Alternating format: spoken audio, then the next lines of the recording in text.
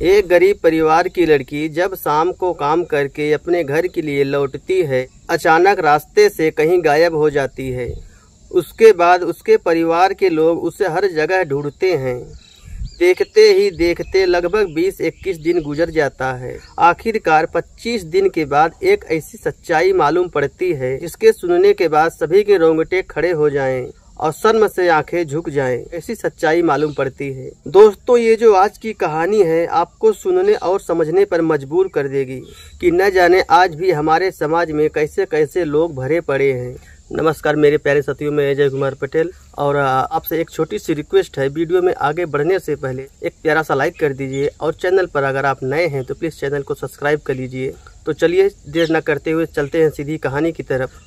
दोस्तों, जो आज की सच्चाई सुनाने जा रहा हूँ ये कहानी है उत्तर प्रदेश गोरखपुर का। इसी गोरखपुर के अंदर एक छोटा सा गाँव आता है। उसी गाँव की ये कहानी है जो कि एकदम सच्ची और रियल घटना है। उस परिवार में एक बूढ़ा पिता और 2 उसकी बेटी रहती थी, जो कि पिता ठेले पर फल और सब्जी लगा करके अपने घर का गुजारा किया करता है। उस बूढ़े पिता का उम्र लगभग 50 के आसपास था और उसके घर में 2 जवान बेटियां हैं और उस व्यक्ति की पत्नी का मौत 8-10 साल पहले ही हो चुकी थी और वो व्यक्ति अपने बड़ी बेटी का धीरे धीरे करके शादी कर चुका होता है और छोटी बेटी भी शादी के करीब होने वाली थी। और छोटी बेटी जो है अपने घर से दूर एक रिश्तेदार के घर पे रह करके एक शॉपिंग मॉल में काम किया करती है। फिर एक दिन वो लड़की शॉपिंग मॉल से अपना काम कर लेती है, फिर वापस अपने घर के लिए आती है और अपने पिता को फ़ोन करती है कि पिताजी, मैं आज यहाँ से अपने घर आ रही हूँ। दोस्तों, उस लड़की के नाम प्रीति बताया जाता है। लेकिन दोस्तों, जब देर रात तक प्रीति अपने घर नहीं पहुँचती है तब उसके पिता अपनी बेटी के नंबर पर फोन करता है। लेकिन अब प्रिया का नंबर जो है स्विच ऑफ बताने लगता है। बार बार फोन करने पर भी जब प्रिया का नंबर नहीं लगता है, फिर प्रकाश अपने उसी रिश्तेदार के घर पे फोन करता है। दोस्तों, उसके पिताजी का नाम जो है प्रकाश बताया जाता है। फिर उसके रिश्तेदार के लोग कहते हैं कि प्रिया तो यहाँ से कब का निकल चुकी है, यहाँ पर नहीं है। रिश्तेदार के लोग जैसे ही इस बात को कहते हैं, ये जानकर प्रकाश अब एकदम परेशान हो जाता है। अब प्रकाश को कुछ समझ नहीं आता है कि अब इतनी रात को मैं अपनी बेटी को ढूंढूं तो ढूंढूं कहाँ। लेकिन इसके बाद प्रकाश अपनी तमाम कोशिश कर लेता है। इंतजार करते करते पूरी रात गुजर जाती है। दूसरे दिन भी प्रिया सुबह जब घर नहीं पहुँचती है, ना ही उसका मोबाइल नंबर लगता है। जब प्रिया सुबह तक घर नहीं पहुँचती है तब उसके पिता का शक बड़े बेटी का जो आदमी था, यानी प्रकाश का दामाद था, उसके ऊपर उसका शक जाता है। जो कि प्रिया अपनी दीदी और अपने जीजा से हमेशा बातें किया करती थी। करीब 10 बजे के आसपास सुबह में प्रकाश अपनी दामाद को फ़ोन करता है और कहता है कि मेरी बेटी जहाँ कहीं भी है उसे चुपचाप ला करके मेरे घर पे छोड़ दो, नहीं तो ठीक नहीं होगा। तब उसका दामाद हड़बड़ा जाता है और कहता है, ससुर जी, प्रिया के बारे में मैं कुछ नहीं जानता। उसके बाद प्रकाश फ़ोन काट देता है, अपनी बड़ी बेटी को फ़ोन लगाता है और धमकी भरी बातों से कहता है, अपने पति से कह दो मेरी बेटी प्रिया जहाँ कहीं भी है उसको ला करके मेरे घर पर छोड़ दे, नहीं तो ठीक नहीं होगा। अगर ऐसा नहीं करता है तो मैं उसके नाम पर FIR दर्ज करवाऊंगा थाने में जाकर। जब प्रकाश थाने जाने की बात करता है तो उसकी बड़ी बेटी जो है काफ़ी डर जाती है और अपने पति से कहती है और उसको बार बार दबाव डालने लगती है, अगर तुम प्रिया के बारे में कुछ जानते हो तो सच सच बता दो, नहीं तो पिताजी FIR दर्ज कराने तुम्हारे नाम पे जा रहे हैं।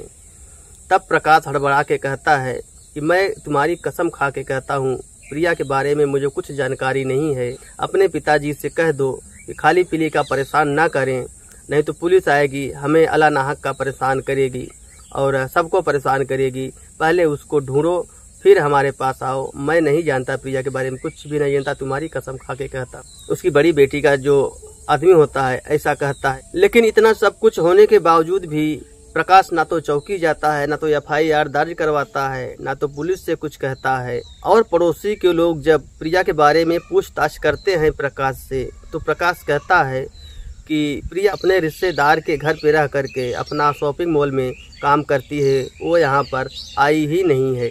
अपनी इज्जत बचाने के लिए जो है पड़ोसियों से भी वो झूठ बोल देता है।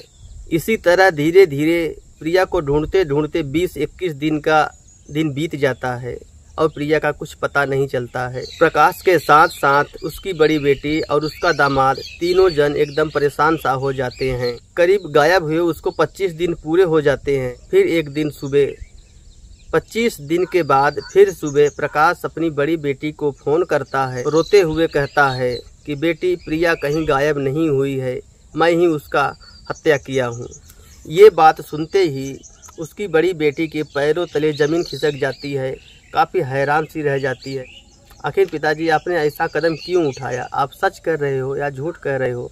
हमें तो कुछ समझ में नहीं आ रहा है। तब वो रोते हुए कहता है कि बेटी प्रिया जो है काफ़ी आउटलाइन पे जा रही थी, काफ़ी गलत कदम उठा रही थी। मेरे लाख मना करने के बावजूद भी उसकी आदत नहीं सुधर रही थी। मैं अपनी इज्जत बचाने के लिए उसकी हत्या मैं खुद ही किया हूँ। इतना सुनने के बाद जो है उसकी बड़ी बेटी काट देती है। फिर अपने पति से बताती है सारी सच्चाई कि पिताजी ही ऐसा ऐसा किए हैं प्रिया के साथ में। वो भी हड़बड़ा जाता है, काफ़ी परेशान सा हो जाता है। उसको कुछ समझ नहीं देता है कि अब क्या करें क्या ना करें। फिर कुछ टाइम बाद जो है उसका दामाद जो था वो अपने एक दोस्त को फ़ोन करता है और उसको सारी सच्चाई बताता है, जो कि उसका दोस्त सरकारी अधिकारी था, एक छोटा मोटा सरकारी अधिकारी था। उससे पूछता है कि अब इसके बारे में क्या किया जाए। तब उसका दोस्त उसको राय देता है कि तुम जाओ चौकी में FIR दर्ज कराओ अपने ससुर के नाम, नहीं तो बाद में अगर ये सच्चाई मालूम पड़ेगी कि पूरे परिवार वालों को जो है सच्चाई मालूम थी, किसी ने चौकी में FIR दर्ज नहीं करवाया, तो पूरे परिवार के लोग फंसेंगे और तुम लोग भी फंसोगे। तो जो है कि तुम इससे पहले ही एक कदम उठाओ और अपने ससुर के नाम पर जो है FIR दर्ज करवाओ। फिर उसका प्रकाश का बड़ी बेटी और दामाद जो थे दोनों जाते हैं गोरखपुर के एक चौकी में, गोला बाजार करके है चौकी, वहाँ पे उस चौकी में वो लोग जो है FIR दर्ज करवाते हैं और बताते हैं पूरी सच्चाई, पुलिस वालों को इस तरह से बताते हैं। और फिर पुलिस जब छानबीन करने के लिए प्रकाश के घर पे पहुंचती है, प्रकाश के घर पे पहुंचती है तो वहाँ पूरे पास पड़ोस के लिए सब इकट्ठा हो जाते हैं। और अब जब पुलिस पूछने लगती है प्रकाश से तो उस समय कुछ नहीं बोलता है, एकदम मायूस सा मुंडी नीचे करके बैठा होता है। फिर कुछ दबाव डालने के बाद पुलिस की जब मार पड़ती है और दबाव पड़ता है तब पूरी सच्चाई बताने लगता है। तब पूरी स्टोरी शुरू से बताता है कि जो है मेरी पत्नी जो थी 8-10 साल पहले ही गुजर गई। फिर मेरी बेटियां जो थी छोटी छोटी थी, मैं इन लोगों को पढ़ाया लिखाया, बड़ी बेटी का शादी किया और छोटी बेटी जो है मेरे यहाँ ही रह के पढ़ाई करती थी। तो फिर एक दिन वो सोई थी और उसका कपड़ा जो है खुला हुआ था, मेरी दृष्टि गलत पड़ गई, मेरे अंदर का हवस का शैतान जाग गया, मैं उसके साथ दुष्कर्म किया।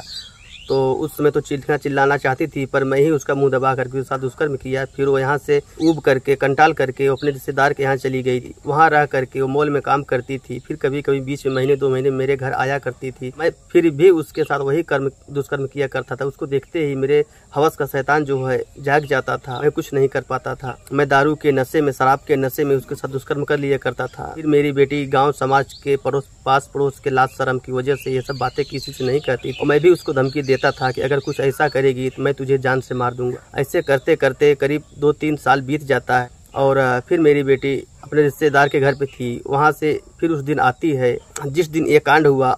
उसी दिन वो जब वहाँ से मॉल से आती है, मेरे घर पे आती है, तो मैं अपना जो है सब्जी का ठेला जो है जल्दी मार्केट में था, मैं जल्दी बेच के घर पे आता हूँ।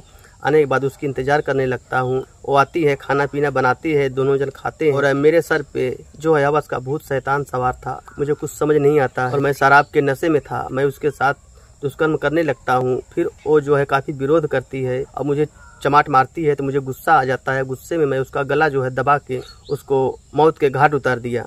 फिर भी मेरा जी नहीं भरा, फिर भी मैं उसके साथ दुष्कर्म किया। उसकी लाश के साथ मैं काफ़ी घिनौनी हरकत किया और फिर जब मेरा नशा ख़त्म हुआ 2:30-3 बजे रात को, तब मुझे एहसास हुआ कि मैं क्या कर दिया। फिर मैं चौकी जाने के डर से, गांव समाज के लाज लिहाज के डर से मैं उसको 3 टुकड़ों में काटने के बाद उसको 3 बोरी में भर करके मैं उसको जंगल में और एक नाले में और एक नदी में ऐसा करके 3 जगह मैं उसको फेंक आया और घर की अच्छी खासी मैं सफाई कर दिया ताकि मुझे पुलिस चौकी ना जाना पड़े और किसी को मालूम ना पड़े। इसकी वजह से मैं ये सब किया। आज मुझे बहुत शर्मिंदगी महसूस हो रही है, मैं अपने आप को माफ़ नहीं कर पा रहा हूँ।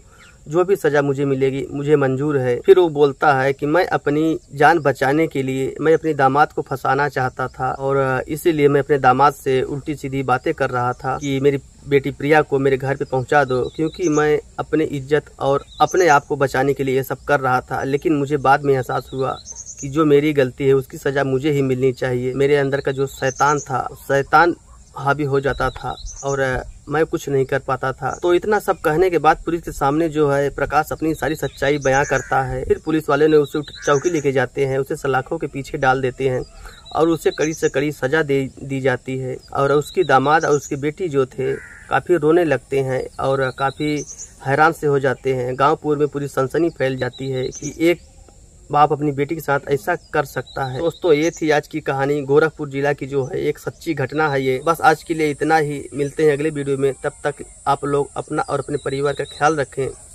जय हिंद, वंदे मातरम।